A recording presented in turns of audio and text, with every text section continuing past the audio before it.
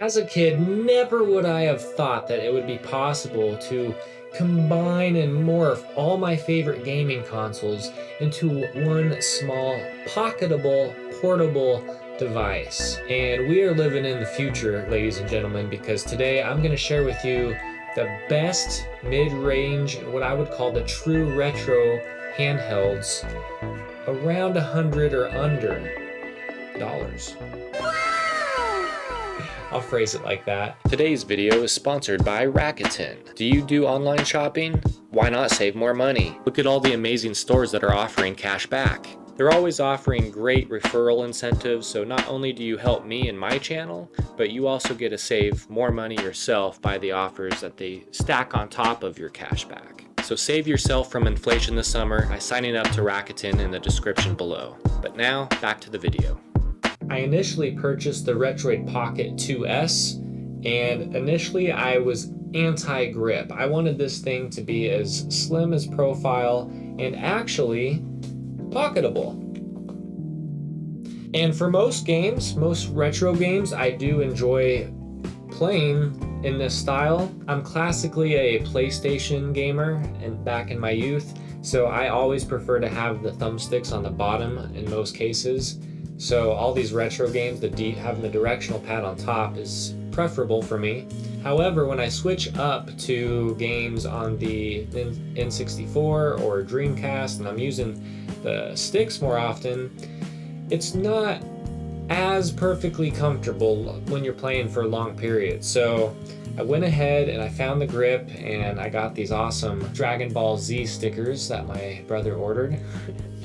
And I was like, all right, let's see what this little extra bump here, I'll show you kind of the ergonomics of what the grip looks like. It's plastic, it's kind of like bendy, but it's like nice, like kind of like a rubber plastic is how I would describe it. And it just slides in there, it just easily clips on top. It feels like it should be loose, but it's not. It's perfectly designed like that. It keeps the speakers at the bottom still intact.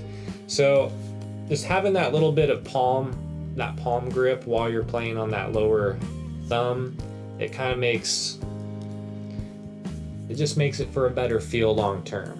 So I picked this up around January earlier this year, and I think I paid around 100 to 115. There was a sale going on, so typically I think these are usually between like 150 or like 100 at the lowest up to like 130 depending on the RAM you're getting. I think the options are 3 GB RAM and 4. I don't think it's going to be a huge performance difference, but one of them comes with the larger space, and I just like, the sale was good enough for me to go ahead and get the best one that there was, so I did.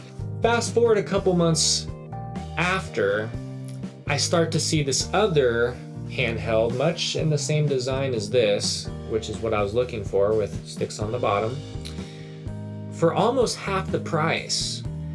And that time it came from Anbernic, the 35XXH. They have other models with the same performance and processor basically, in a vertical form. But this is the first one. Actually, they have a metal one too, I believe, with the sticks on bottom.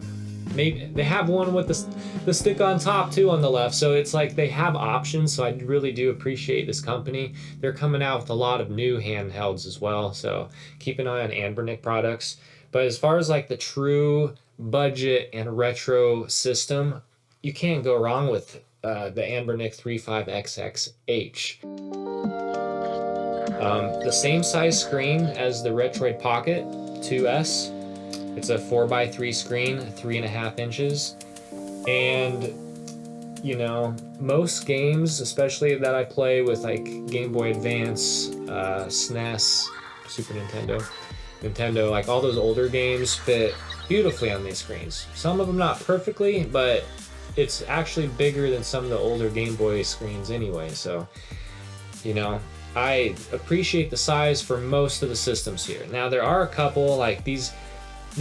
Both of them will handle up to PSP games. This one even can do PS2 with some tweaks. I was playing Tony Hawk Pro Skater 4 earlier this year on that, and at first I was like, it's a little choppy, but tweaked a couple things, ran beautifully. And so it's pretty amazing. Like I said at the beginning of this video, every system these things can make, and it fits in your pocket, even with the grip when I'm wearing my coat pocket. But this one, as you can tell, is even a slimmer profile because it has they're not called, stacked shoulder buttons instead of the triggers going back and forth. So one of them's a little bit higher. I don't know if you'll be able to see that. Yeah, you can.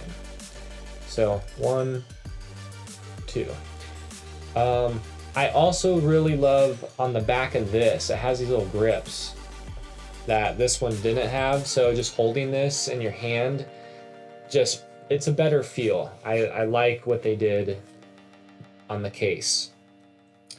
This one comes with 2 SD card slots, which are not perfectly designed, but like if you're going to use it with its stock operating system, it's okay as long as you know what you're doing. So I will say, maybe if you're more familiar with using your phone and Android and stuff, the Retroid Pocket is an Android-based operating system, whereas the Anbernic that I have here is a Lumix-based. So, I installed an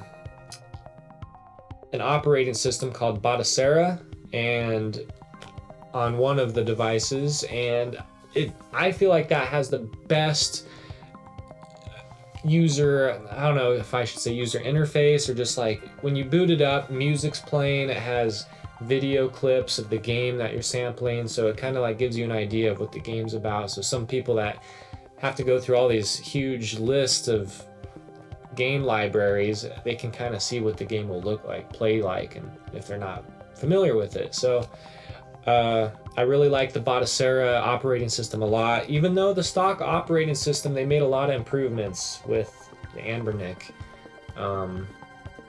So that's not to like bat an eye at. It's just that you have to kind of switch SD cards when you first boot up and load, instead of if you wanted to like switch from like PSP, if you have that on one card, to N64 on the other, it kind of has to load each from the card. Like you won't see the full library is what I'm saying. So versus this, it only has one card slot, but I think I have like a 128 micro SD card in there. So stores most of my games perfectly fine. If you have any questions too about, because I've played PS1, Super Nintendo, N64, PSP, so I've had some time, a few months now, testing these. So if you have any questions, leave them in the comments. But I'll just end the video. What will you get with the Retroid Pocket 2S that's almost double the price than the Anbernic 35XXH? Same size screen, plays mostly the same systems, almost the same size. The 2S is a little bit bigger, but it also has the grips on it.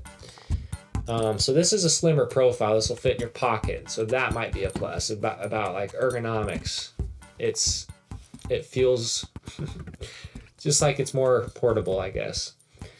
But the difference here, I would say, using an Android-based phone gives you options to also use apps like the Twitch streaming app. So you can actually live stream, which I have, and use the mic port. It's actually a headphone port, but I also have these earbuds with a built-in mic, which work perfectly to have like a portable streaming device, minus the camera. So I think that's really a huge plus if you're a content creator and you're making gaming videos, or you want to game mobilely and live stream. This is perfect. Now you can still live stream like on RetroArch per se, but I don't think it has audio input options and such. So I wish RetroArch would improve that side of their software a little bit to make it more streamer friendly. But as it is, this is a way better streaming device than the Anbernic. So that might be something to consider. The other thing to consider, this, the RPS2 versus the Anbernic, Retroid is touchscreen. So there's some games that you might even have some touchscreen compatibility, especially with Android and such. This isn't touchscreen, so that might not be a huge deal breaker because most old games don't require you to touch the screen or anything like that. But this has that functionality, and I will say, just to go through the menus and everything, I do kind of like it a lot, having that touchscreen. So the other final thing I'll say about the big difference of like price and all that is button quality. This has Hall effect sticks, so they should never drift on you. It also has analog triggers, so there's some games that require pressure sensitivity, and that's what that means when you're looking for triggers that have analog functionality. These are all digital, I believe, which most games just require that input, like especially the older games, so you won't need that on the majority of games. And as far as like button quality, the directional pad, some people like think that they're both good is what I'm just going to get to. I've been playing platformers, action RPGs, JRPGs, racers, all the above, and I don't know. I think I like the directional pad a little bit better on this one, on the Retroid, but this one's just slightly more clickish, or like a little further to travel, but it feels like more click, like it's precise. And this is a little more smooth, and it floats a little. I don't know if you can kind of see it move around. Let me see if I can see it. So I'm not even clicking anything, but it kind of floats, hovers a little bit, versus this one is a little stiffer. Not a big deal, not a huge thing for me, but both buttons are great. So that I would say that's the main differences between the two. This one live streams, this one has the analog functionality, the Hall effect sticks, but this is half the price. So I bought my dad one, and he's been playing some golf and Mario Kart and all those games. So very fun device, very affordable. We're living in the future, guys. I never would have thought I could have my PlayStation, my Nintendo, my Super Nintendo, my N64, and like all my favorite games ported into my computer and then transferred onto this. This is amazing. Go buy them. I'll leave links if you want to check them out and support my channel. And go shop Nicked Off. I'm changing who I am. I'm making a new plan.